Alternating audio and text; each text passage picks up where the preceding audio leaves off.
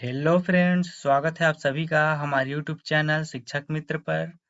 मैं हूं शेखर और आज हम चर्चा करने वाले हैं हिंदी भाषा का इतिहास।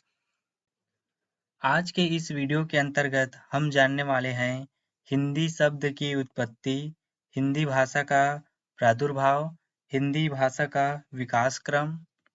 तो चलिए वीडियो को शुरू करते हैं। हिंदी भाषा का इतिहास। इतिहास अतीत को जानने का एक साधन है। किसी समाज या राष्ट्र के इतिहास के अध्ययन के द्वारा हम उस समाज या राष्ट्र के अतीत को जान सकते हैं। अतीत का तात्पर्य उस राष्ट्र की संस्कृति और सभ्यता से है। प्रत्येक देश अथवा राष्ट्र की अस्मिता की पहचान उसकी संस्कृति और सभ्यता से की जाती है। तो चलिए पहला देखते हैं हम हिंदी शब्द की उत्पत्ति। वैदिक संस्कृत, लौकिक संस्कृत, पाली, प्राकृत, अपभ्रंश आदि किसी भी प्राचीन भारतीय भाषा में हिंदी शब्द उपलब्ध नहीं है। वस्तुतः हमारी भाषा का नाम हिंदी ईरानियों की देन है। संस्कृत की स ध्वनि फारसी में ह बोली जाती है, जैसे सप्ताह, हफ्ता, असुर, अहुर, सिंधु, हिंदू आदि। इन सभी में देखिए सप्ताह में जैसे हफ्ता हुआ है, जैसे वैसे ही असुर में अहुर, सिंधु में हिंदू आदि। भारतवर्ष की पश्चिमी सीमा के लगभग जो इतिहास प्रसिद्ध सिंधु नदी बहती है उसे ईरानी हिंदू या हिंद कहते थे। कालांतर में सिंधु नदी के पार का संपूर्ण भूभाग हिंद कहा जाने लगा और हिंद की भाषा हिंदी कहलाई। मध्यकालीन अरबी तथा फारसी साहित्य में भारत की संस्कृत, पाली, प्राकृत और अपभ्रंश भाषाओं के लिए ज़बान-ए-हिंदी शब्द का प्रयोग मिलता है। भारत में साहित्यिक भाषाओं संस्कृत, प्राकृत, अपभ्रंश से भिन्न जनसामान्य की भाषा के लिए भाषा या भाखा शब्द का प्रयोग होता था। जैसे संस्कृत है कूप जल, भाखा बहता नीर। किसके द्वारा लिखा गया है? तो ये कबीर के द्वारा लिखा गया है। लिखी भाखा चौपाई कहे, जायसी द्वारा लिखा गया है। भाखा भनित मोरी मती थ्योरी, तुलसी के द्वारा लिखा गया है।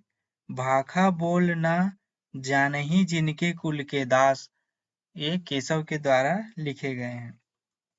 कहा जाता है कि अमीर खुसरो ने सबसे पहले भाषा या भाखा के स्थान पर हिंदी या हिंदवी शब्द का प्रयोग किया। खुसरो के ही समय में हिंदी और हिंदवी शब्द मध्य देश की भाषा के अर्थ में प्रचलित हो गए। अमीर खुसरो ने गयासुद्दीन तुगलक के बेटे को हिंदी या हिंदवी की शिक्षा देने के लिए खालिक बारी नामक फारसी हिंदी कोश की रचना की। इस ग्रंथ में भाषा के अर्थ में हिंदवी शब्द 30 बार और हिंदी शब्द 5 बार आया है। भाषा के लिए हिंदी शब्द का प्राचीनतम प्रयोग शरफुद्दीन के जफरनामा में मिलता है। इस तरह हिंदी शब्द की उत्पत्ति होती है। चलिए देखते हैं हिंदी भाषा का प्रादुर्भाव। प्राचीन भारतीय आर्य भाषा का काल 1500 ईसा पूर्व से 500 ईसा पूर्व तक माना गया है।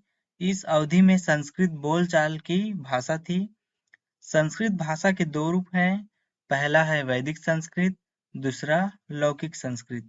संस्कृत कालीन बोलचाल की भाषा कालांतर में परिवर्तित होकर पाली के रूप में विकसित हुई। इसका समय 500 ईसा पूर्व से पहली ईस्वी तक है। पाली का मानक रूप बौद्ध साहित्य में उपलब्ध है। कालांतर में पहली ईसा तक आते आते पाली की बोलचाल की भाषा विकसित हुई, प्राकृत के रूप में आई। इस अवधि में सौरसेनी, पैशाची, ब्राह्मण, महाराष्ट्री, मागधी और अर्धमागधी नामक क्षेत्रीय बोलियां विकसित हुई। अगला है हिंदी भाषा का विकास क्रम। तो आप देख सकते हैं हिंदी भाषा का विकास क्रम पहले संस्कृत, उसके बाद पाली, फिर प्राकृत, फिर अपभ्रंश, अपभ्रंश से अवहट, उसके बाद अवहट से हिंदी।